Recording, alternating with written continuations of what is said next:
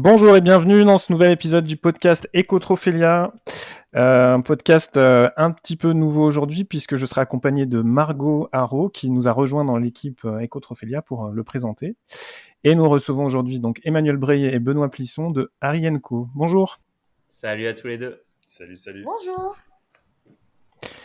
Benoît, Emmanuel, je vais peut-être vous laisser tout simplement vous présenter et puis nous faire une petite présentation peut-être de Harry & Co pour commencer.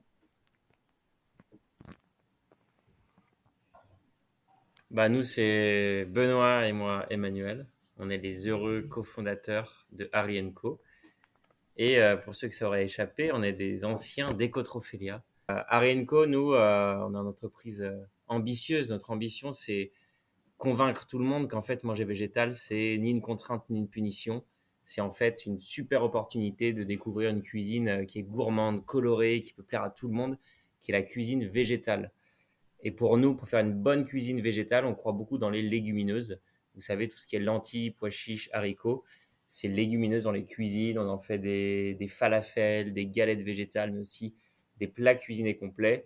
Bref, voilà, plein de produits qui peuvent correspondre à plein d'unités de besoin. Donc nous, à Renco, cette mission, c'est vraiment végétaliser l'alimentation. On est aujourd'hui une belle équipe de 40 personnes et on est aussi bien présent en grande distribution avec notre marque qui est de plus en plus connue, mais aussi en restauration, notamment en restauration collective où on nous retrouve en cantine scolaire, en restaurant d'entreprise, etc. Comme tu le disais, aujourd'hui vous êtes plus de 40 employés dans cette plus de 40 personnes employées dans cette entreprise. Ça a bien grossi ces dernières années, ouais, tout à fait. Et on nous retrouve maintenant un peu partout en France, hein. La grande distribution, on couvre toute la France. On couvre aussi l'Italie et la Suisse depuis 1 an. Donc voilà, maintenant on commence à être une marque de plus en plus connue. Et donc nous on a démarré, nous on s'est rencontrés avec Manu à l'Isara Lyon, en 2013 du coup. Enfin 2013 c'était l'année où on a participé au concours. Et donc nous à cette époque-là, on avait, comme beaucoup d'étudiants, envie des convictions, envie de faire bouger les lignes, envie de s'investir dans un projet, tout simplement. Et c'est vrai qu'on pressentait, on voyait à travers nos engagements et nos formations que demain on allait manger moins de viande. On nous racontait tout ça, mais quand on allait au resto, c'était pas le cas. C'était pas le cas. Il y avait de la viande et du poisson tout le temps. Donc on s'est dit c'est pas normal. Voilà, donc on s'est intéressé aux légumineuses. On s'est investi dans Ecotrophelia, dans ce projet, et il se trouve que à travers nos différentes rencontres pendant ce temps préparatif au concours, on s'est vraiment pris de passion par ce projet. Et en fait, on se voyait pas faire autre chose qu'entreprendre derrière. Voilà. Et donc, il se trouve qu'ensuite, on a gagné le concours France d'abord, ce qui a un peu cristallisé notre volonté qu'on avait décidé bien avant, mais en tout cas, ça nous a réconforté dans notre choix de monter une boîte et vraiment d'aller avancer dans ce projet passionnant plutôt que d'aller continuer à chercher du boulot après nos stages de fin d'études. Et vous connaissiez Ecotrophelia avant, pendant vos études? Oui, on connaissait, oui, tout à fait. Enfin, en tout cas, nous, de notre point de vue, je ne sais pas comment c'est dans toutes les écoles, mais les écoles encouragent des groupes d'étudiants à participer parce que c'est un projet, en plus des cours, qui est je pense, très intéressant, très valorisant en tant qu'expérience. Comme on peut faire des stages, on peut faire beaucoup d'expériences extra-cours. Là, c'est vraiment un peu un travail de groupe plus parce que ça se prépare sur plus d'1 an. Donc, c'est vraiment un gros chantier, une grosse expérience. Nous, c'était un concours, comme l'a dit Benoît, assez connu, donc chaque année, il y en avait qui allaient. Par contre, ce qui a été vraiment nouveau, l'année où on s'est lancé, c'est de créer une entreprise à la suite d'Ecotrophelia. Nous, ça a été l'entrepreneuriat agroalimentaire était balbutiant à l'époque, démarrait juste, il n'y avait pas vraiment d'écosystème entrepreneurial. Et en fait, nous, ça a été hyper original en fait, de créer une boîte à la sortie d'Ecotrophelia. Et l'entrepreneuriat, je pense, n'était pas un sujet qui était beaucoup abordé en école d'ingénieur, agro en tout cas, beaucoup plus, je pense, en école de commerce, où majoritairement les incubateurs étaient liés aux écoles de commerce à cette époque-là. Nous, on a eu la chance qu'à l'Isara, à ce moment-là, il y avait un incubateur qui venait de balbutier, d'être créé. Et ça a été une super opportunité. Et donc, c'est une idée que vous avez eue à la cantine. Si on revient à un point de départ, ce que tu disais tout à l'heure, c'est en voyant qu'on nous Ouais, servait que du ouais, c'était poisson et de pas. la viande. Est-ce que c'était une discussion entre vous? On Comment on était comment ça vraiment. a germé? Moi, j'aimerais savoir Ouais, comment ça a germé. en fait, le concours écotrophilia, on était un petit groupe d'élèves. On était un peu moins d'une dizaine, un petit groupe d'élèves. Et du coup, d'où a émergé en fait l'idée de travailler les lentilles. On faisait en fait exactement le projet Ecotrophilia. C'était une galette de lentilles vertes. Voilà, c'était ça le produit. Donc il y avait plein de. Bah, c'est Benoît qui l'a expliqué, mais il y a eu plein en fait d'échanges entre nous, entre ce groupe de personnes qui a conduit à ce produit.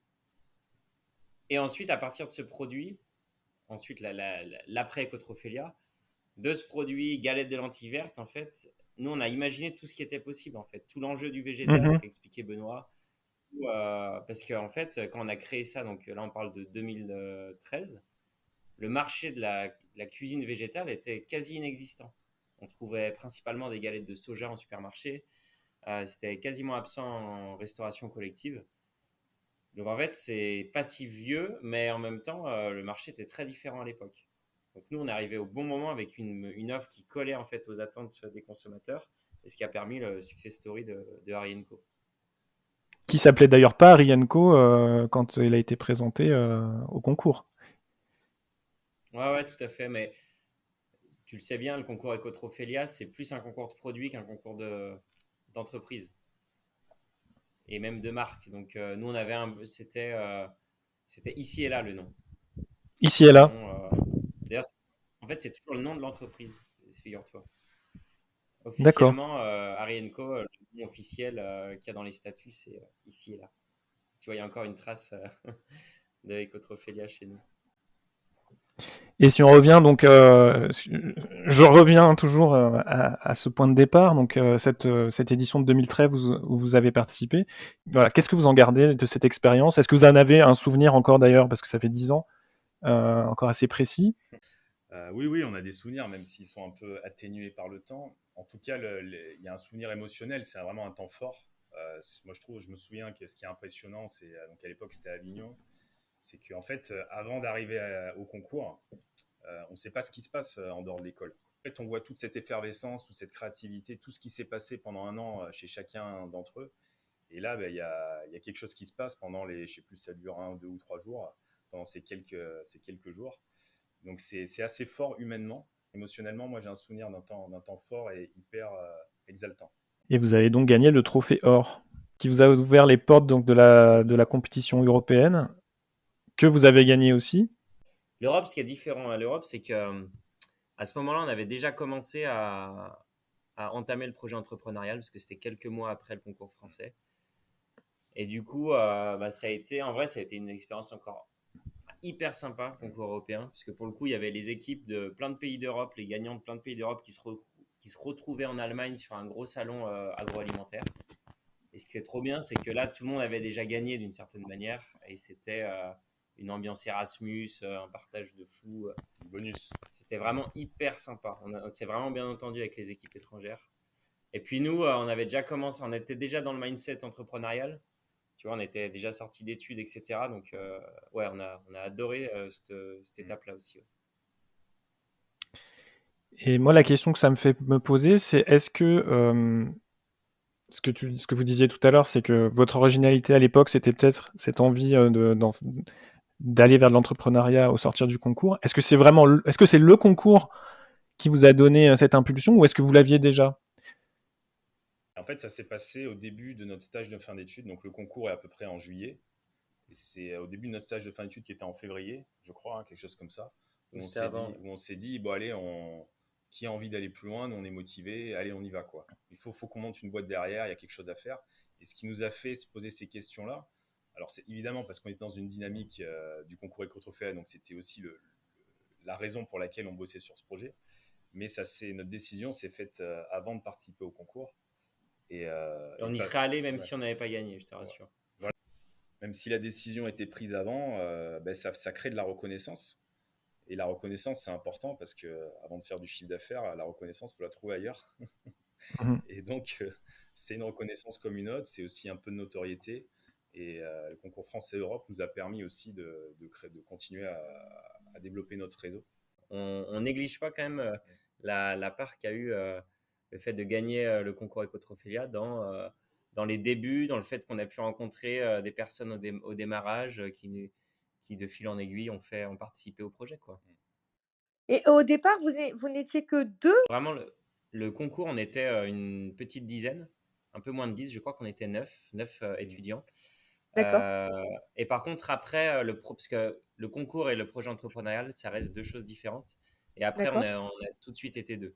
Par contre, le projet entrepreneurial, c'était autre chose. Ouais. Nos amis avec qui on avait fait le concours, eux, avaient d'autres projets pro.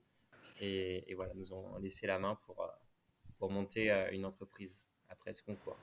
En fait, les enjeux du concours étudiant collectif entre nous et les enjeux entrepreneuriaux étaient très clairs et très distincts, et donc il n'y a pas eu de sujet à ce niveau-là. Ouais. Après, ce qu'il faut imaginer aussi, c'est que ce qu'on disait tout à l'heure, c'est qu'entreprendre après les études d'ingénieur, c'était ultra atypique. Mais c'est une vraie évolution du concours. Aujourd'hui, on a Raison. beaucoup plus de participants avec Ecotrophilia qui vont vers l'entrepreneuriat. D'ailleurs, je pense que le concours est devenu un petit peu un concours entrepreneur, en fait. Ce qui est intéressant, hein. Il y a plus de travail sur le marketing, sur le business plan, nous, c'était le cas aussi, mais pour suivre certains projets, on trouve que ça devient un peu plus un concours produit et entrepreneuriat. Et c'est pas mal, hein. C'est un peu plus complet.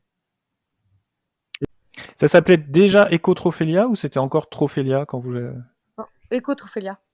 C'était déjà Ecotrophilia. C'était déjà Ecotrophilia. Ouais. C'est vrai que ce changement de nom a marqué une inflexion du concours aussi vers l'éco-conception.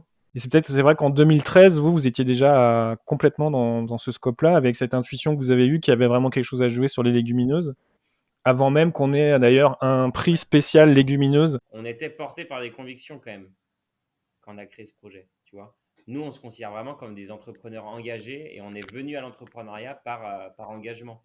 Parce qu'on s'est dit, mais en fait, il faut que demain, nous, on arrive à faire manger mieux les gens. On peut avoir de l'impact, en fait par la boîte qu'on va lancer. Donc, et c'est pour ça en fait qu'on s'est intéressé à ces projets dès le concours Ecotrophilia. Si je vous demande à quoi ça sert d'innover dans l'alimentation aujourd'hui? Comment demain on va manger mieux, on va manger plus durable, on va pouvoir de manger aussi tout simplement, parce qu'on ne sait pas ce qui nous attend demain.